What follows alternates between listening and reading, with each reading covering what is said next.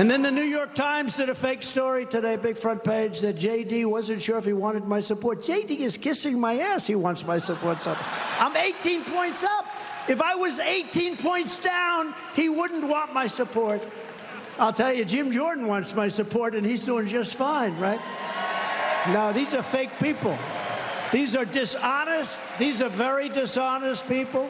What's up, everybody? Major Retired Richard Ojeda here, and the MAGA world is a mess of contradictions, ridiculous superstition, and cult worship. There isn't a single aspect of this fascist movement that makes a bit of sense. That's why the New York Times, which is, I call it the failing New York Times, it will fail. Another prediction. All the bravest and boldest conservatives in the country are behind JD. Tucker Carlson, good guy. Senator Josh Hawley, really good guy. Stephen Miller, he loves the border. Sean Hannity, what a good guy he is, Sean. What a sweetheart. He loves our country. It's not me, he loves our country. Trump was supposed to be this great anti-politician who would save the world from corruption, but of course, he himself has set the bar at an all-time high for corruption and is as dirty of a shameless politician the world has ever seen. My two sons, you probably never heard of them, Don and Eric. They're big JD fans. And the entire MAGA movement is for J.D. Vance. And when J.D. wins his race this November, you are going to hear wailing from every corporate newsroom in New York and Washington. And you're going to hear crying Chuck Schumer howling with rage. And the rest of the people in his fascist MAGA party are a little different. Their little gang is nothing more than the collection of the swampiest swamp creatures of all time. This is a very important race.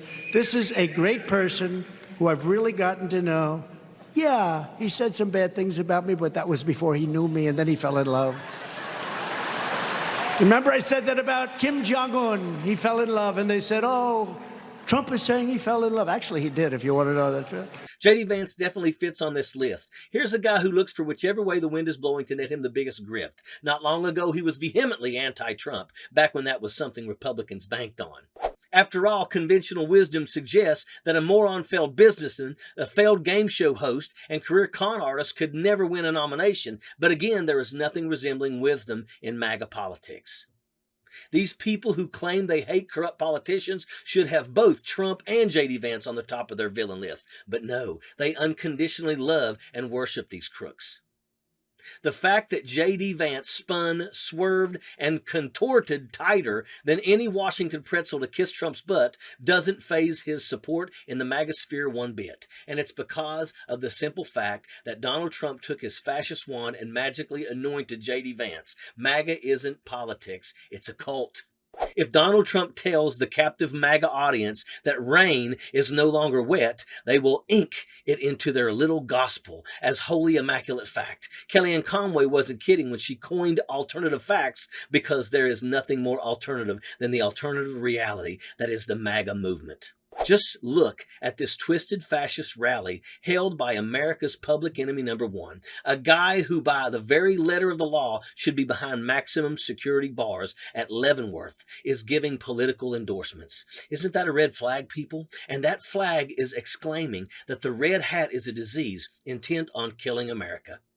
The Trump and Vance relationship should be an indicator that something is odd between this couple, but sadly common sense and reality are simply not the language that is going to sink into the MAGA cult. These people will not consider for one moment that the gods they're worshiping may actually be their own worst enemy, that their golden cow and the grubby little leeches who turncoat for his support are milking this mental disease for all it's worth to the benefit of nothing else but their own wallets.